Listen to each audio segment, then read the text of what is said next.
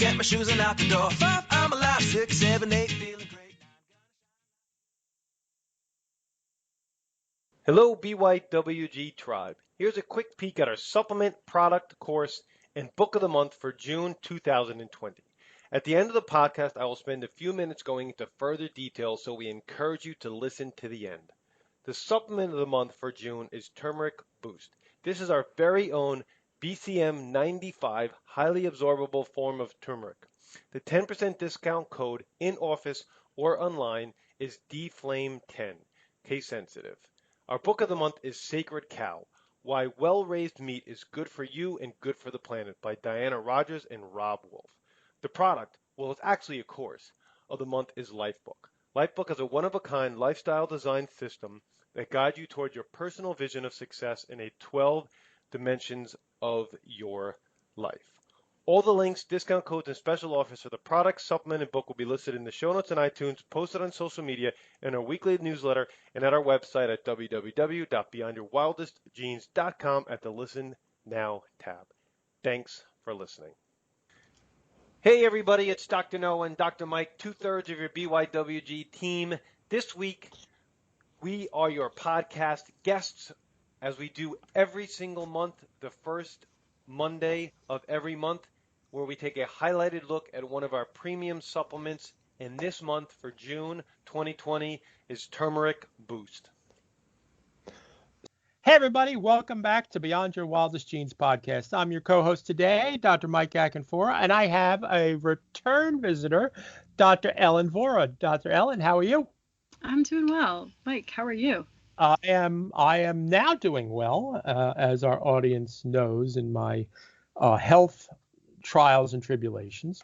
I'm going to read Dr. Vora's bio, and then she wrote an article that I really wanted to introduce to you guys.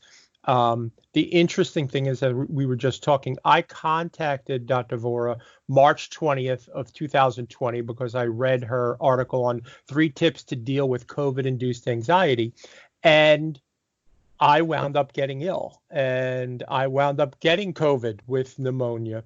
And there were really, there was a lot of anxiety, and I am generally not an anxious person, but going through this, I could relate to it. So it is still top of mind, and I wanted to, let me just introduce her and do the bio. Ellen Vora, MD, graduated from Columbia University Medical School, received her BA from Yale University in English, and is a board-certified psychiatrist, acupuncturist, and yoga teacher. Dr. Vora takes a functional medicine approach to mental health, considering the whole person and addressing the problems at the root, rather than reflexively prescribing medication to suppress symptoms. She specializes in depression, anxiety, insomnia, women's mental health, adult ADHD, bipolar, autoimmunity, and digestive issues. Dr. Vora also does corporate wellness presentations, most recently at Etsy, Refinery 29, Brunswick Group, Palantir, KKR, Jane Street, First Dibs, OnDeck, JustWorks, Investopedia, Allen & Company, One Medical, and EverydayHealth. She authored the chapter on Complementary and Alternative Medicine in Psychiatry in the textbook Mount Sinai Expert Guides, Psychiatry. And you can find her courses on anxiety and insomnia at MindBodyGreen. Dr. Vora, welcome back to the show. Thanks so much, Mike. It's good to be here. It's great to talk to you. So back in March, right when this just started to take off, you wrote this phenomenal article, and I knew I wanted to get you back on the show. I just didn't think it would take this long. So you wrote this article. This is really, that was like before it really started to hit home. Tell me about it. Share it with our audience. Yeah, I mean, those were early days, and I've certainly had sort of an evolution in how I'm addressing this with my patients and in my platform.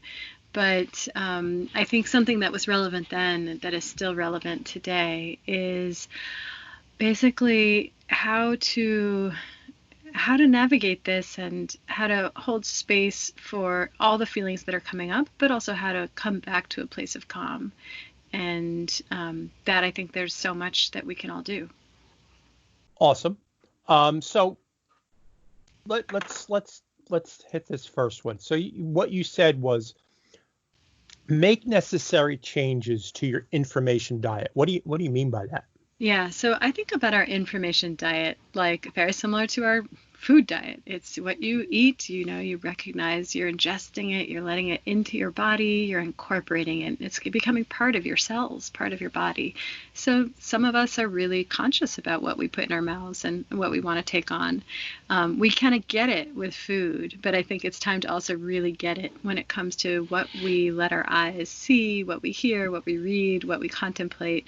It all has an impact. And right now, it's been true already, but it's especially true right now, is that there's so much, there's the 24-hour news cycle, and there's around every corner, people are talking about coronavirus, and everyone's giving their take. And I think that it behooves us all to make very conscious choices about our information diet, about where we get our news and what we read and how often. And I think right now, there's a problem with the fact, it's basically an incentives issue. We're in the attention economy, where our attention is the commodity.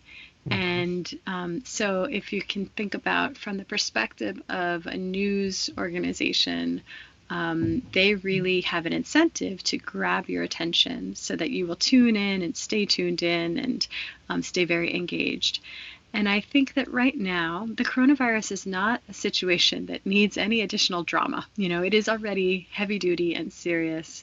But I do think that the news organizations do have a tendency to sensationalize and sort of prey on our fear and exploit that aspect of the human brain, which is that when we're really stirred into a fear response, it makes us stay very engaged. And we give them our attention, and they get better clicks and ad revenue and so on and so forth. But it leaves us in a real fear state. And I think right now, a fear state is acceptable. I think that it's totally healthy to hold space for ourselves as feelings like fear are coming up. But you want to be the one kind of driving that ship, and you don't want to just be kind of put over and over into a fear response because the news is motivated to sensationalize and to kind of make things feel particularly extra dramatic.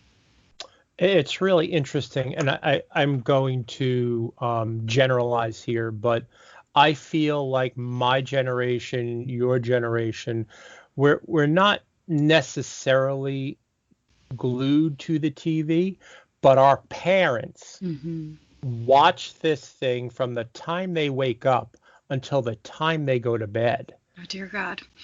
And I know my mother and my mother-in-law both are avid news watchers, and they hang on it like with bated breath. And I tell my mom, like, just turn the TV off, please. Stop watching the news from the time you get up till the time you go to bed. It saddens me that they grew up with the sidebar to this is they grew up with Walter Cronkite. They grew up with Edward R. Murrow, like all these people who gave them the news, and that's what they grew up with. So it's a really hard transition for them to get it in a what do you do with your email, like when you don't want to get unsubscribe. Yeah. Unsubscribe. Yes. So I see that a lot with my patients. And I have to honor them when they come in because that's really all they want to talk about. And I just listen to them. I do tell them, like, really try to limit your time in front of the TV. Get up and at least walk around the apartment. Go ahead. Yeah, I think that you're exactly right that in a way, the parent generation, when they were young and vulnerable, TV came on the scene and said, hey, let's addict you to this. And the Hmm. younger generations now, it's really the phone and social media came on the scene and said, let's addict you to this. So even though, your typical 27-year-old right now is not glued to the TV 24/7, they probably don't even have cable, right? They have, Yes. Netflix and Apple TV and things like Yep. that. But they are glued to social media 24/7, and it's no better. It's a little different. They're both echo chambers in their own rights, but they take slightly different approaches. Absolutely. Talk to me about the second one where you say practice an acceptance rather than a resistant attitude. Yeah, so emotions in general, I really think about them like water. And there's a Chinese medicine way of understanding how we feel, which is like that we are this bamboo tree at we were kind of centered straight up and down. And then the wind blows and we sway in one direction or another, but we come back to our center. And I think that with emotions, if we can trust that we have a center baseline, but that when something comes, we don't need to resist it. We can let it, make us bend with the wind in a particular direction, and we can really go into it and feel it, and trusting that we come back to our center point. And I think right now, always, but especially right now, there's so many emotions to be feeling.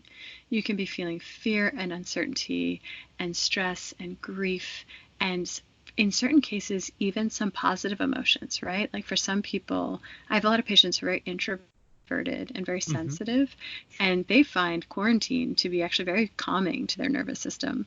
Even if they have financial stress layered on top of this, they like the lack of running around and taking the subway and interfacing with people all day in their jobs. And so, allow yourself ambivalence, allow yourself to actually feel all of the good, bad, and ugly feelings that are coming up right now, and don't resist any of it. Just make space for all of it. Don't judge yourself for any of these feelings. Be okay with it changing minute to minute, and just keep holding space for it, but also trusting you can come back to your center, and you really are the one in control of what your baseline looks and feels like. And don't sort of outsource that to, like we talked about, like to the way news might want to make you feel. You choose how you want to feel at your baseline and really proactively cultivate that, but also recognize that you can flow in a number of different directions and you'll always come back to that baseline. It's really interesting as our audience knows, and speaking to you about it before we got on air, I tested positive for COVID. I had bilateral pneumonia, and I was in the hospital. Now you got to remember, being in the hospital today, no one comes to visit you. Mm-hmm. No one comes to visit, and the nurses were coming in twice a day. They'd come in to check on me. They'd come in, run vitals. They'd take blood. They'd come in, and then they'd come in with meals. So 3 times a day. The really interesting thing was after the first day, I felt dramatically better going through it. And that was with hydroxychloroquine and the Z-Pak. But I had to, for myself, there's only so much TV that you can watch. I had to get up and start moving and just walking back and forth in my hospital room. Isolation, I mean, truly it was isolation. So it was, again, as somebody who's not used to having anxiety, it was very anxious couple of days, even though I felt dramatically better after the first day of medicine. So the walking is my fall back to, as I walk usually 15 to 17,000 steps a day, 5 to 7 miles a day. And it was really important for me to be centered. I would turn off the TV and just start moving. And it was really slow. It was really not what I was used to, but I was moving. It was huge. Yeah, it's so good to know what our non-negotiables are in terms of what helps us stay whole, and to just know, like, if it's walking, if it's a meditation practice, if it's connecting with a particular person, if it's a mantra, it's just knowing what it is for you that takes you back to that. And you can reach for it. It's best if it's something free and is with you all the time. You can just keep it in your pocket and pull it out whenever you need it. And and I think hospitals are challenging, and this isn't to say if somebody needs to go, you should absolutely go. But there's so much about the quality of the lighting and the beeps and the, interacting with people in masks and, PPE. And it's just, it doesn't send a signal of safety to our nervous system. It's very alienating and alarming. And I think that it's not exactly the perfect environment, for being conducive to healing, but it's the best we've got. And but to understand that if you're kind of triggered in that environment, it's understandable, but you can take steps to make sure that you just give yourself some semblance of what makes you feel whole and calm. Yeah, it's really interesting because in speaking to the nurses as they were coming in, they're like, you're 54 years old, and when's the last time you were in the hospital? And I haven't been in the hospital in 54 years since I was born. I've really done a good job of taking care of myself and been fortunate, but it was kind of like landed on Mars. Like, it was completely alien to anything that I know. And it was scary. Yeah, I just my 9 years of med school and residency and research fellowship, that was enough for me to kind of feel, I have a lot of, I don't want to misuse this term, but to me it feels like trauma associated with the hospital setting, and it's just like it's an environment that makes me feel really unwell. And I've always just thought, what really creates health, and I think that I don't mean to say like when the hospital is necessary, if you have COVID, if you are struggling to breathe, if you break a bone or have a heart attack, like, thank goodness for our conventional medical setting. But I think that what I know for myself and for my family, how to keep us well, it looks very different than a hospital setting. It looks like nature and sunshine and fresh air and eating bountiful, nutritious food. And to me, that's health. And it's just so it's just such a stark contrast to what healthcare looks like. Absolutely, like real healthcare. And like you said, if I'm in an accident, one of my mentors said, if my parachute doesn't open when I'm skydiving, please get me to the emergency room. But it really was just like you described it, which leads me to the third point: differentiate between true versus false anxiety. Talk about that. Yeah, so this is what I'm writing a book on now, actually, about anxiety. And I realized that we really have two kinds of anxiety. We can feel false anxiety and true anxiety. And false anxiety is all of these different ways that just subtle, seemingly innocuous aspects of modern life trip our bodies into a stress response and make us feel a stress reaction, which can feel synonymous with anxiety, with panic. And so basically, that can be sensitivity to caffeine, that can be a blood sugar crash, that can be how you feel after a bad night of sleep, or how you feel after a night of drinking, or any number of other things. A really common culprit is when we're inflamed, whether it's from gut imbalance or eating foods that we don't tolerate. And so all of these different aspects of modern life can really put us in frequent stress responses, and we perceive those, we experience those as anxiety, but they're actually all preventable. And it just requires some good investigative work, some looking under the hood in your body and recognizing, where are you out of balance? What can you do to get back into balance? And then you're not having those stress responses anymore. You're not having any of that false anxiety. So that you can really get out of your life. You can eradicate it. But there's still some anxiety that remains, even if you do everything so-called perfectly. And I think of that as true anxiety. And it's not something to pathologize. It's not something to medicate away, or you couldn't, caffeine or blood sugar it away if you tried. It's there for a reason, and it can really be talking to you about something in your own life. It can be talking to you about something on a much bigger scale, but it's there as a messenger. And it's something not to resist or feel frustrated with, but it's something to embrace and cherish even, and honor and listen to. And I think that when like I'll have patients that have true anxiety about aspects of their own life, like they know on some deep, quiet level inside of themselves that they're not in alignment with the work that they do, or that they're not in the right relationship, or that they need to have a communication or a confrontation with somebody in their life where things are just kind of going along and they need to make amends, and, you know, or any number of these things.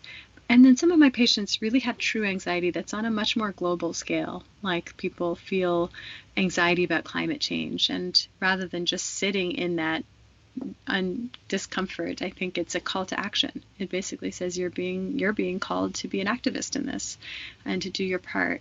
And I've had a lot of patients actually who have walked around with a sense of doom, like a feeling that something's about to hit or go wrong for years.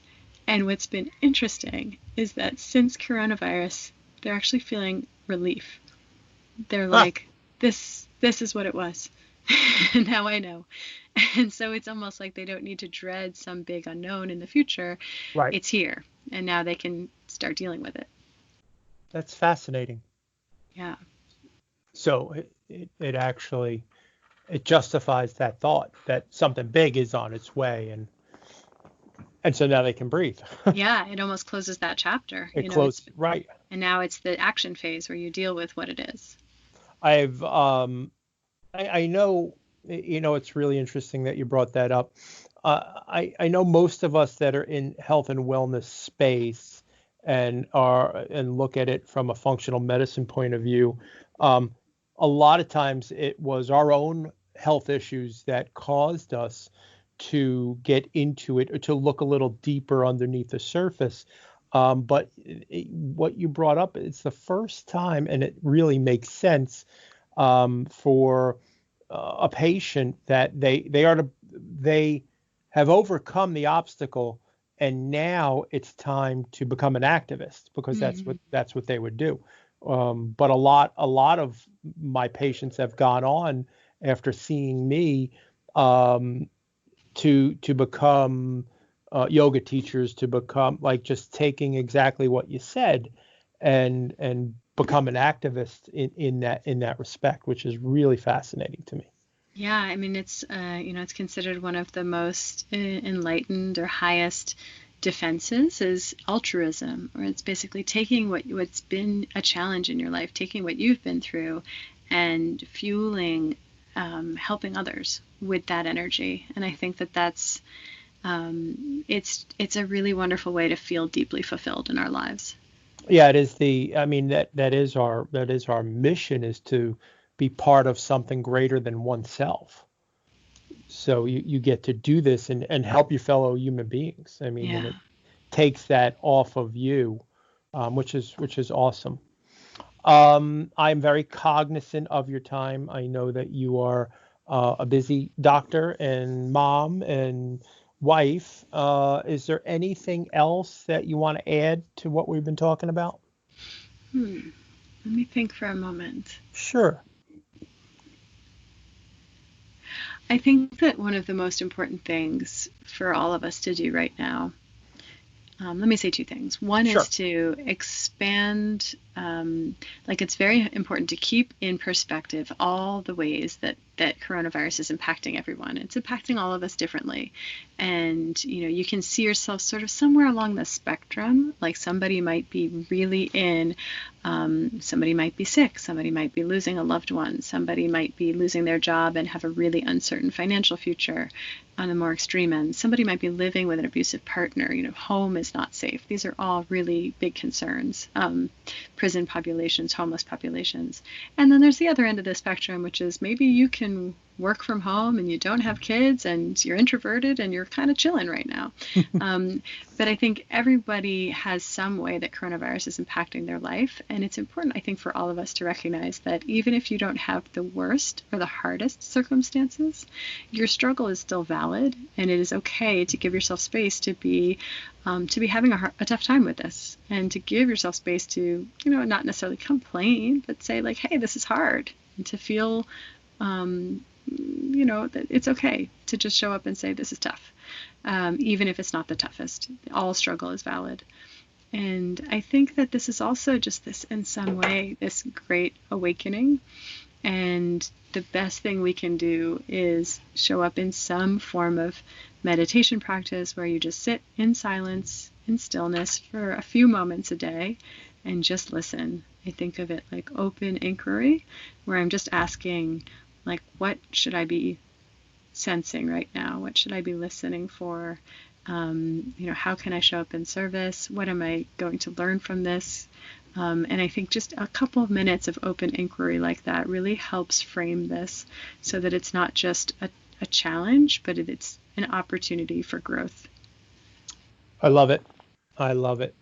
Dr. Vora, thank you so much for your time today. I am truly appreciative of you coming on the show and sharing, and we will be in contact with you when you put your book out to be back on the show. And folks, if you will do us a favor, if you like what you heard, please go to Apple Podcasts or wherever you're listening to this and leave us a review. It helps us to help others get this information out to people. So we will see you soon. Thanks so much. We'll talk to you later. Ciao. And I'm back. Our June supplement of the month is BYWG's Turmeric Boost. Turmeric has been in the news for its surprising effectiveness to manage inflammatory issues and arthritic pain. However, not all turmeric supplementation is the same. Turmeric Boost contains BCM95, which is a patented form of whole turmeric that helps to address the absorption issues by providing a trademarked formula with 700 to 900% better absorption in human clinical trials. In addition, it doesn't require black pepper to be absorbed, which can be sensitive to some patients. We added medium chain triglyceride MCT oil to BYWG Nutrition's Turmeric Boost to encourage better absorption. Once again, no fillers, no wheat, no gluten, no dairy, just value, quality, and effectiveness. For the entire month of June, if you use the code DFLAME10, that's lowercase DEFLAME 10, you will receive 10% off this incredible anti-inflammatory aid. You can pick it up at our website at www.beyondthewildestgenes.com, or if you're local, at our brick and mortar store. The June 2020 book of the month is Sacred Cow: Why Well-Raised Meat is Good for You and Good for the Planet by Diana Rogers and Rob Wolf.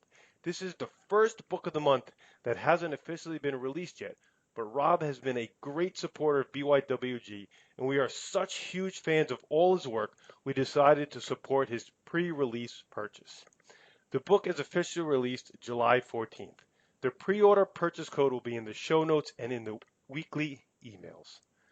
Our product of the month for June is Lifebook, an incredible life-altering program that all three of us have matriculated through. Lifebook is about you, created by you. It's a one-of-a-kind lifestyle design system that guides you towards your personal vision of success in 12 dimensions of life. These 12 areas are health, fitness, intellectual, character, emotional, spiritual, love, relationship, parenting, social, career, financial, quality of life, and life vision. So comprehensive, so empowering. Check it out via the links in the materials we send out during this entire month. And as always, be awesome and never unawesome.